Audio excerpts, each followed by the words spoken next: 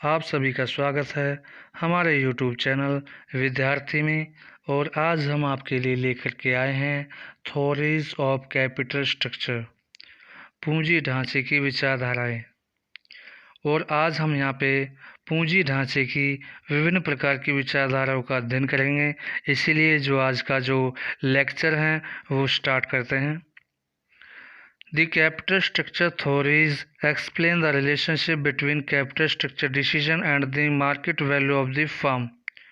जो पूंजी ढांचा विचारधाराएं हैं वह फर्म की मार्केट वैल्यू और पूंजी ढांचा निर्णय के रिलेशनशिप को एक्सप्लेन करता है।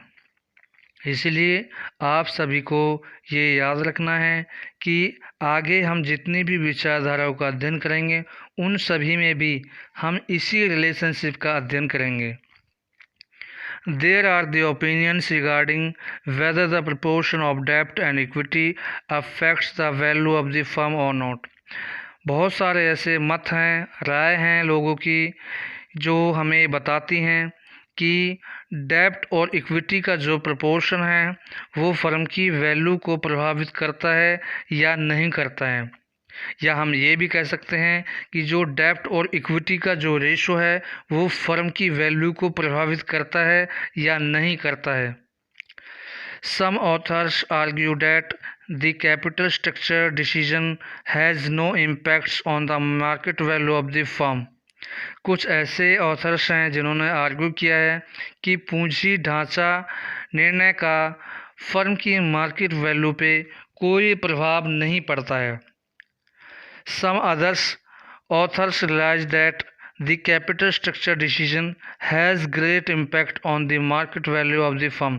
लेकिन कुछ ऐसे भी ऑथर्स हैं जिन्होंने ये महसूस किया है कि पूंजी ढांचा डिसीजन का फर्म की मार्केट वैल्यू पे बहुत ज़्यादा प्रभाव पड़ता है। The capital structure theories has been propounded by various authors like David Durant, Isaiah Solomon, Modigliani and Miller। जो पूंजी ढांचे की जो विचारधाराएं हैं उनको विभिन्न ऑथर्स ने दी है जिनका नाम है David Durand, Ezra Solomon, Modigliani and Miller. They are gave 4 types of theories of capital structure. उन्होंने 4 प्रकार की पूंजी ढांचे की जो विचारधाराएं हैं वो दी हैं जिनका नाम है, फर्स्ट है नेट इनकम अप्रोच, शुद्ध आय विचारधारा। सेकंड है नेट ऑपरेटिंग इनकम अप्रोच, शुद्ध संचालन आय विचारधारा। थर्ड है ट्रेडिशनल अप्रोच, परंपरागत विचारधारा। और लास्ट एंड फाइनल है हमारी मोदिगिलियानी एंड मिलर अप्रोच। लेकिन आगे इन सभी विचारधाराओं को पढ़ने से पहले हम एक बात का विशेष ध्यान रखेंगे कि हम एक वर्ड बार बार इस टॉपिक में पढ़ रहे हैं, वो है कैपिटल स्ट्रक्चर डिसीजन, पूंजी ढांचा निर्णय। ये पूंजी ढांचा निर्णय क्या है तो पहले इसको समझते हैं। जैसे कि हम पहले ही पढ़ चुके हैं कि जब भी कोई कंपनी अपने पूंजी ढांचे का निर्माण करती है तो उनको अपनी वित्तीय आवश्यकताओं को पूर्ति करने के लिए 2 प्रकार के साधन हैं उनका प्रयोग करना पड़ता है। और वो 2 प्रकार के साधन कौन से हैं? स्वामी कोष और ऋण कोष। इसीलिए जो यहाँ पे कैपिटल स्ट्रक्चर डिसीजन है वो स्वामी कोष और ऋण कोष का एक प्रपोर्शन है। जैसे हमने एग्जाम्पल के रूप में डिवेंचर्स और इक्विटी शेयर कैपिटल को लिया था, तो यहाँ पे जो डिवेंचर्स जिसको हम डेब्ट बोलते हैं वो हमारा ऋण कोष का हिस्सा है, और दूसरा था हमारा इक्विटी जो हमने इक्विटी शेयर कैपिटल लिया था जो कि हमारा स्वामी कोष का हिस्सा है। तो इसका मतलब क्या है? रेशो ऑफ डेब्ट एंड इक्विटी, यानी कि हमारे ऋण कोष और स्वामी कोष का एक हिस्सा या प्रपोर्शन का हमारे फर्म की मार्केट वैल्यू पे क्या प्रभाव पड़ता है, ये सब हम इन विचारधाराओं में पढ़ेंगे। लेकिन एक बात और भी याद रखनी है कि आज हम सिर्फ 2 ही विचारधाराओं का अध्ययन करेंगे, जिसमें नेट इनकम अप्रोच और नेट ऑपरेटिंग इनकम अप्रोच को शामिल किया गया है। बाकी की जो 2 विचारधाराएं हैं उसको हम अगले वीडियो में देखेंगे। पूंजी ढांचे की पहली विचारधारा है नेट इनकम अप्रोच, शुद्ध आय विचारधारा। Net income approach was propounded by the David Durand in 1952। जो शुद्ध आय विचारधारा है वह डेविड डुरैंट नाम के विद्वान ने 1952 में दी थी। He was suggested that capital structure decision is relevant for the valuation of the firm। David Durand ने ये सजेस्ट किया था कि पूंजी ढांचा निर्णय फर्म की वैल्यू के लिए उचित है, और यहाँ पे उचित होने का अर्थ ये है कि पूंजी ढांचा निर्णय फर्म की वैल्यू को प्रभावित करता है। ए चेंजेस इन डेब्ट and equity proportion will leads to a corresponding changes in the value of the firm as well as overall cost of capital। अगर कोई भी कंपनी डेब्ट इक्विटी प्रोपोर्शन में चेंज करती है तो फर्म की वैल्यू और overall cost of capital in दोनों में भी परिवर्तन होगा। इसका अर्थ यह है कि अगर डेब्ट इक्विटी के प्रोपोर्शन में चेंज होगा तो फर्म की वैल्यू और ओवरऑल कॉस्ट ऑफ कैपिटल में भी चेंज होगा। इफ़ द रेशो ऑफ डेब्ट to equity is increase the cost of capital will decline and the value of the firm as well as the market price of equity shares will increase। आगे इसमें ये कहा गया है कि अगर कोई कंपनी अपने डेब्ट इक्विटी रेशियो को इंक्रीज़ करती है, यहाँ पे डेब्ट इक्विटी रेशियो को इंक्रीज़ करने का अर्थ है कि डेब्ट के प्रपोर्शन को इंक्रीज़ करना। तो अगर कोई भी कंपनी डेब्ट इक्विटी रेशियो को इंक्रीज़ करती है तो उससे फर्म की जो पूंजी लागत है वो कम हो जाती है, और जो फर्म की वैल्यू है और जो शेयर्स की जो मार्केट वैल्यू है वो दोनों ही इंक्रीज़ हो जाती है, उनमें वृद्धि हो जाती है। तो इसका अर्थ ये हुआ कि जब भी कोई भी कंपनी डेब्ट प्रपोर्शन को इंक्रीज़ करेगी तो जो कॉस्ट ऑफ कैपिटल है वह कम हो जाएगी और फर्म की वैल्यू भी इंक्रीज़ होगी, और शेयर्स की जो मार्केट वैल्यू है वो भी इंक्रीज़ हो जाएगी। नेक्स्ट है इफ़ द रेशो ऑफ डेब्ट to equity proportion is decrease the cost of capital will increase and the value of the firm as well as market price of equity shares will be decline. तो इसमें ये कहा गया है कि अगर कोई भी कंपनी डेब्ट इक्विटी रेशियो को डिक्रीज़ करती है तो इसका अर्थ ये है कि उन्होंने डेब्ट के प्रपोर्शन को कम किया है, उसमें कमी की है। अगर कोई कंपनी डेब्ट के प्रपोर्शन में कमी करती है तो क्या होगा कि जो पूंजी की लागत है वो बढ़ जाएगी, और जो फर्म की वैल्यू है और जो शेयर्स की मार्केट वैल्यू है वो दोनों ही कम हो जाएंगे। तो आप इन दोनों पॉइंटों से समझ गए होंगे कि अगर हम डेब्ट इक्विटी रेशियो को बढ़ाते हैं तो कॉस्ट है वो कम हो जाती है और फर्म की जो वैल्यू है और जो शेयर्स की मार्केट प्राइस है वो दोनों ही बढ़ जाते हैं। लेकिन अगर हम डेब्ट इक्विटी रेशियो को डिक्रीज़ करते हैं तो उससे जो पूंजी की लागत है वह हमारी इंक्रीज़ हो जाती है और फर्म की वैल्यू और शेयर्स की जो मार्केट वैल्यू है वो दोनों ही कम हो जाती है, उसमें कमी आ जाती है। A firm can minimize the cost of capital and increase the value of the firm as well as the market price of equity shares by using डेब्ट financing within a limit. इसका अर्थ ये है कि अगर कोई भी firm अपनी पूंजी की लागत को कम करना चाहती है और फर्म की वैल्यू को बढ़ाना चाहती है और अपने शेयर्स की मार्केट वैल्यू को बढ़ाना चाहती है तो उसको डेब्ट फाइनेंसिंग का प्रयोग करना चाहिए, वो भी एक सीमा के अंदर।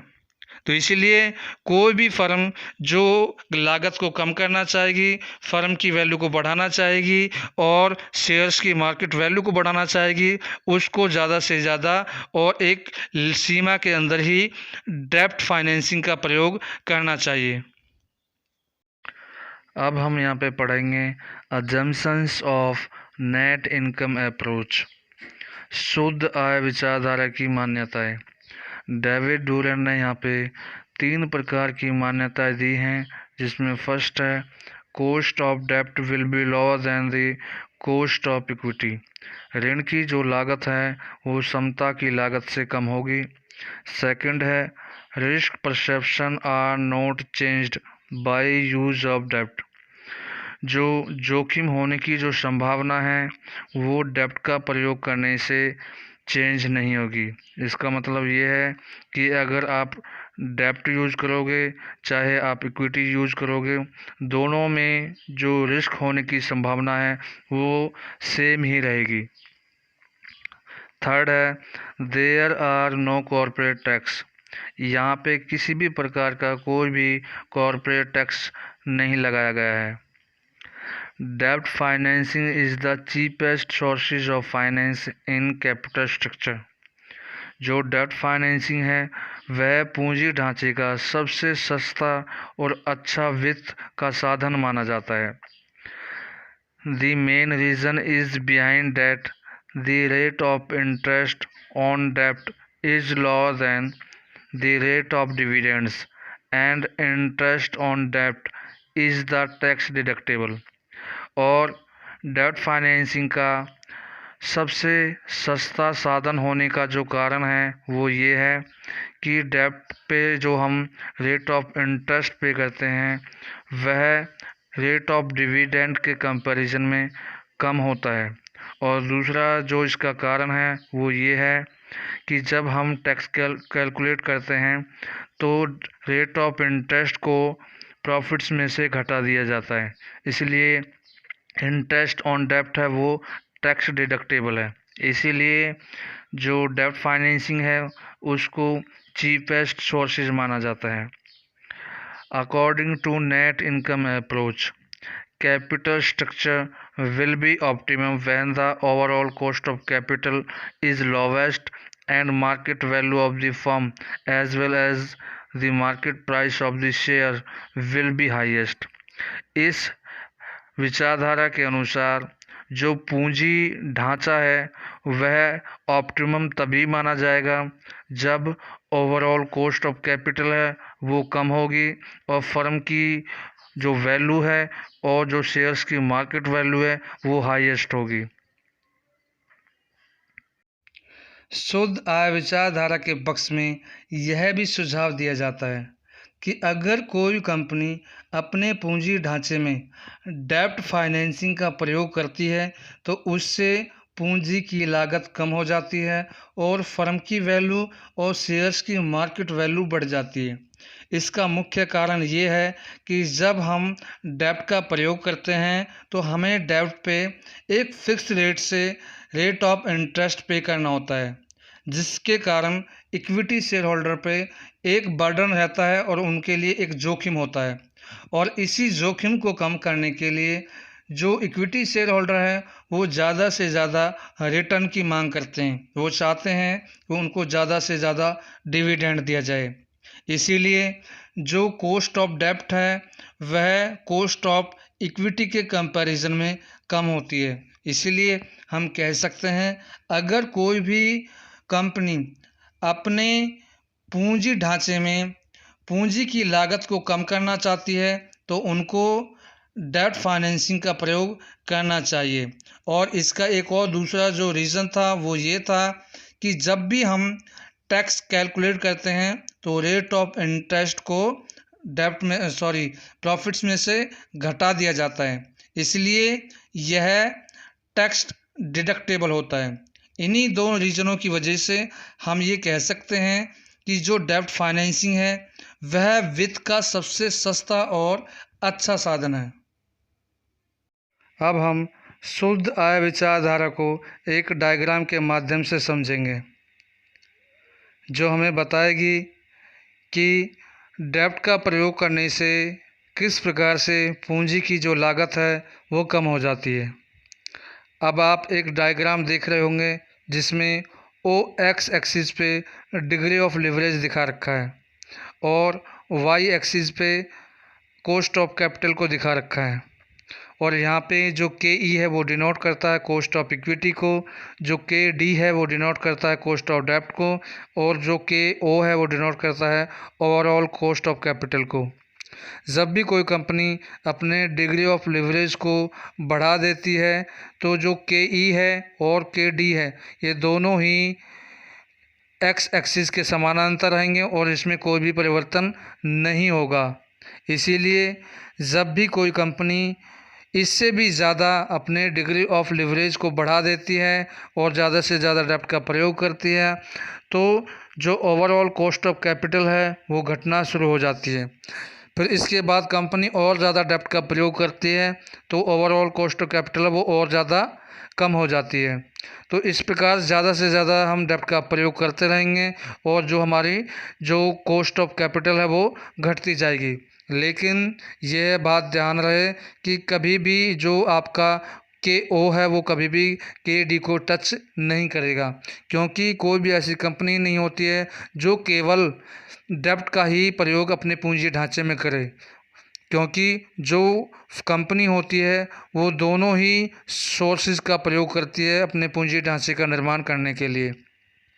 इसीलिए हम कह सकते हैं कि अगर कोई भी कंपनी अपने पूंजी ढांचे में ज़्यादा से ज़्यादा डेब्ट का प्रयोग करती है तो उसकी जो पूंजी की लागत है वो कम होगी, और जहाँ पे के डी और के ओ में सबसे कम जो डिफरेंस होगा वहीं पे जो हमारा पूंजी ढांचा है वो ऑप्टिमम होगा।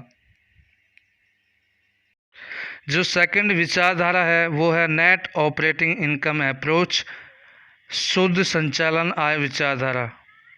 Another theory of capital structure was propounded by David Durant in 1952 is the net operating income approach।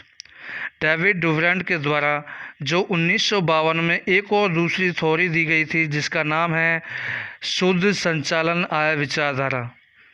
It is diametrically opposite to the net income approach. यह जो विचारधारा है वो शुद्ध आय विचारधारा के बिल्कुल विपरीत है। The essence of this approach is that the capital structure decision of A firm is relevant.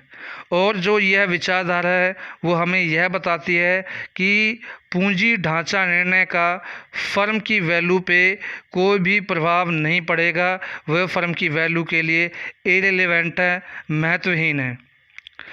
Any changes in the capital structure of the company does not affect the market value of the firm and overall cost of capital remains constant irrespective of the method of financing। ये कहता है कि अगर कोई भी company अपने capital structure में कोई भी चेंज करती है तो उससे फर्म की वैल्यू और पूंजी की लागत पे कोई भी प्रभाव नहीं पड़ेगा। जो फर्म की वैल्यू है और पूंजी की लागत है वो बिल्कुल सेम ही रहेगी, चाहे आप फाइनेंसिंग का कोई भी मेथड यूज़ कीजिए, चाहे डेब्ट का यूज़ कीजिए, चाहे आप इक्विटी का यूज़ कीजिए। It means that overall cost of capital would remain same whether the debt equity mix is 50-50, 30-70, 60-40 और 80-20। चाहे आप अपने जो पूंजी ढांचा है उसमें किसी भी रेशो में आप डेब्ट और इक्विटी का प्रपोर्शन रखिए, चाहे वो 50-50 हो, चाहे 30-70 हो, 60-40 हो, चाहे 80-20 हो, तो उससे आपकी जो पूंजी की लागत है उस पर कोई भी प्रभाव नहीं पड़ेगा, वो समान ही रहेगी, उसमें कोई भी चेंज नहीं होगा। Thus the total value of the firm, the market price of the share as well as overall cost of capital is independent of the degree of leverage। इसलिए जो फर्म की जो मार्केट वैल्यू है shares की जो market price value है और जो फर्म की पूंजी की जो लागत है, ये सभी तीनों फैक्टर लिवरेज पे डिपेंड नहीं करते हैं, ये इंडिपेंडेंट हैं। इनके ऊपर लिवरेज का कोई भी प्रभाव नहीं पड़ता है। अब हम पढ़ेंगे assumptions of net operating income approach. First है द कॉस्ट ऑफ डेब्ट is lower than the cost of equity. जो ऋण की लागत है वो समता की लागत से कम होगी। सेकंड है risk perception do not change with the change in the financial leverage. Financial leverage के चेंज होने से जोखिम की संभावना में किसी भी प्रकार का कोई भी परिवर्तन नहीं होगा। थर्ड है द स्प्लिट बिटवीन द डेब्ट and equity is not important. जो डेब्ट और इक्विटी फाइनेंसिंग है, ये दोनों ही महत्वपूर्ण नहीं हैं, क्योंकि ये दोनों ही समान हैं, इन दोनों को हम विभाजित नहीं कर सकते हैं। देयर आर नो कॉरपोरेट और पर्सनल इनकम टैक्स। यहाँ पे किसी भी प्रकार का कोई भी कॉरपोरेट या पर्सनल इनकम टैक्स नहीं लगाया गया है। The net operating income approach advocate that the cost of equity increase with the increase in financial leverage। जो हमारा शुद्ध संचालन आय विचारधारा है वो हमें ये बताता है कि जब हम फाइनेंशियल लिवरेज को बढ़ाते हैं तो जो कॉस्ट ऑफ इक्विटी है, समता की जो लागत है, वह भी बढ़ जाती है। This is due to increase risk assume by the equity share holders due to the use of more डेब्ट बाय द फर्म। जब फर्म के द्वारा ज़्यादा से ज़्यादा डेब्ट का प्रयोग किया जाता है तो इक्विटी शेयर होल्डर कुछ जोखिम अज्यूम कर लेते हैं और उसी जोखिम अज्यूम के कारण जो समता की लागत है वो फाइनेंशियल लिवरेज के बढ़ाने से बढ़ जाती है। To compensate for increased risk share holders would expect a higher rate of return on their investment. As such, the cost of capital increase as a result of increased financial leverage, whereas the cost of debt remains constant as the financial risk of lenders is not affected। ये कहता है कि जो equity share holder के द्वारा जो risk assume किया गया है, उस जोखिम की क्षतिपूर्ति करने के लिए जो शेयर होल्डर हैं वो ज़्यादा से ज़्यादा रिटर्न की मांग करते हैं। वो चाहते हैं कि उनको ज़्यादा से ज़्यादा डिविडेंड दिया जाए और इसी डिविडेंड को बढ़ाने के कारण जो कॉस्ट ऑफ इक्विटी है उसकी लागत बढ़ जाती है। इसलिए हम ये कह सकते हैं कि जब फाइनेंशियल लिवरेज को बढ़ाया जाता है तो कॉस्ट ऑफ इक्विटी भी बढ़ जाती है, लेकिन जो कॉस्ट ऑफ डेब्ट है यानी कि जो ऋण की लागत है वो कांस्टेंट ही रहती है, उसमें कोई परिवर्तन नहीं होता है, क्योंकि ऋणदाताओं के वित्तीय जोखिम में कोई भी परिवर्तन नहीं होता है। शुद्ध संचालन आय विचारधारा के संबंध में यह भी कहा जाता है, जब भी कोई भी कंपनी पूंजी ढांचे में डेब्ट का प्रयोग करती है तो उससे पूंजी की लागत कम हो जाती है, लेकिन जब कंपनी और ज़्यादा डेब्ट का प्रयोग करती है तो उससे कॉस्ट ऑफ इक्विटी बढ़ने लगता है, जिसके कारण डेब्ट का प्रयोग करने से जो हमें फ़ायदा हुआ है वह कॉस्ट ऑफ इक्विटी के बढ़ने से शून्य हो जाता है। इसलिए जो ओवरऑल कॉस्ट ऑफ कैपिटल होती है वह सभी लेवल पे कांस्टेंट होती है, उसमें कोई भी परिवर्तन नहीं होता है। इसलिए इस अप्रोच में ऐसा कोई भी लेवल नहीं है, या हम ये कह सकते हैं ऐसा कोई भी डिग्री ऑफ लिवरेज का कोई भी ऐसा लेवल नहीं है जहां हम ये कह सकें कि यहाँ पे जो हमारा जो कैपिटल स्ट्रक्चर है वो ऑप्टिमम है। सभी लेवल ऑप्टिमम कैपिटल स्ट्रक्चर कहलाएंगे। अब हम शुद्ध संचालन आय विचारधारा को एक डायग्राम के माध्यम से समझेंगे। जैसे हमने शुद्ध आय विचारधारा को एक डायग्राम के माध्यम से समझा था, और जो ये डायग्राम है वो हमें बताएगा कि डेब्ट का ज़्यादा से ज़्यादा प्रयोग करने से कैसे कॉस्ट ऑफ इक्विटी बढ़ जाती है।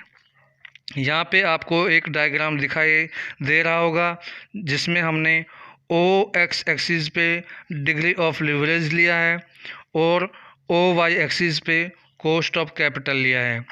जो हमारा के ई है वो हमारा डिनोट करता है कॉस्ट ऑफ इक्विटी को, जो हमारा के ओ है वो डिनोट करता है ओवरऑल कॉस्ट ऑफ कैपिटल को, जो के डी है वो डिनोट करता है कॉस्ट ऑफ डेब्ट को।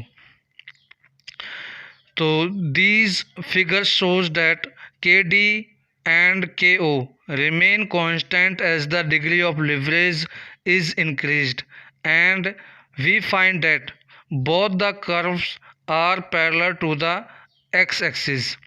ये कहता है कि जब भी हम डिग्री ऑफ लिवरेज को बढ़ा देते हैं तो हमारा जो कॉस्ट ऑफ डेब्ट है और जो ओवरऑल कॉस्ट ऑफ कैपिटल है वो हमारा कांस्टेंट रहेगा, उसी में किसी भी प्रकार का कोई भी परिवर्तन नहीं होगा और ये दोनों ही हमारे ओ एक्स एक्सिस के समानांतर रहेंगे। Cost of capital is equal to overall cost of capital when leverage is zero. ये कहता है कि जो कॉस्ट ऑफ इक्विटी है वह ओवरऑल कॉस्ट ऑफ कैपिटल के बराबर होगा जब हमारा लिवरेज है वो शून्य होगा। But with the increase in the leverage the cost of equity rise. लेकिन लिवरेज में बढ़ने से जो आपका कॉस्ट ऑफ इक्विटी है वो बढ़ जाता है। In such a manner so as to neutralize the advantage of using cheaper डेब्ट कैपिटल। और वो जो कॉस्ट ऑफ इक्विटी है वो इस प्रकार से बढ़ता है कि जब हम ज़्यादा से ज़्यादा डेब्ट का प्रयोग करते हैं तो जो आपका कॉस्ट ऑफ इक्विटी है वो बढ़ जाता है और वो डेब्ट के प्रयोग के जो फ़ायदे होंगे उसको वो शून्य कर देता है। As a result, KO and the value of the firm remain unchanged by the increase in the financial leverage। और इसी के परिणाम स्वरूप जो आपका ओवरऑल कॉस्ट ऑफ कैपिटल है, जो फर्म की वैल्यू है वो आपकी कांस्टेंट रहेगी, उसमें कोई परिवर्तन नहीं होगा चाहे आप फाइनेंशियल लिवरेज को कितना भी बढ़ा लीजिए। इसीलिए हम कह सकते हैं कि अगर कोई भी कंपनी ज़्यादा से ज़्यादा यानी कि एक लिमिट से ज़्यादा डेब्ट का प्रयोग करेगी जिसके कारण कॉस्ट ऑफ इक्विटी बढ़ने लगेगी, जो कि शेयर होल्डर के लिए एक जोखिमपूर्ण होगा और शेयर होल्डर ज़्यादा से ज़्यादा रिटर्न की मांग करेंगे। उसमें फिर आपको ज़्यादा से ज़्यादा रेट ऑफ डिविडेंड को शेयर होल्डर को देना पड़ेगा और फिर कंपनी के पास जो कैश है उसकी एक कमी आ जाएगी और उस कमी को पूरा करने के लिए फिर दोबारा से हमें किसी बैंक से, किसी फाइनेंशियल इंस्टीट्यूशन से हमें लोन लेना पड़ेगा, जो जिस पर हमें फिर से ब्याज चुकाना पड़ेगा और फिर क्या होगा तो कि जो फर्म है उसके ऊपर और ज़्यादा बर्डन हो जाएगा। इसीलिए हमें अपने पूंजी ढांचे का निर्माण करते हुए इन सभी बातों का ध्यान रखना चाहिए। इसी के साथ आज का हमारा जो लेक्चर है वो समाप्त हो गया है। आप सभी का बहुत बहुत धन्यवाद, आपने इतनी ध्यानपूर्वक हमारे लेक्चर को सुना और मुझे उम्मीद है कि आपको बहुत अच्छे से समझ आ गया होगा। और इसी तरह से हमारे साथ बने रहने के लिए और अपनी पढ़ाई को आगे बढ़ाने के लिए हमारे चैनल विद्यार्थी को लाइक करें, शेयर करें और सब्सक्राइब करें। धन्यवाद।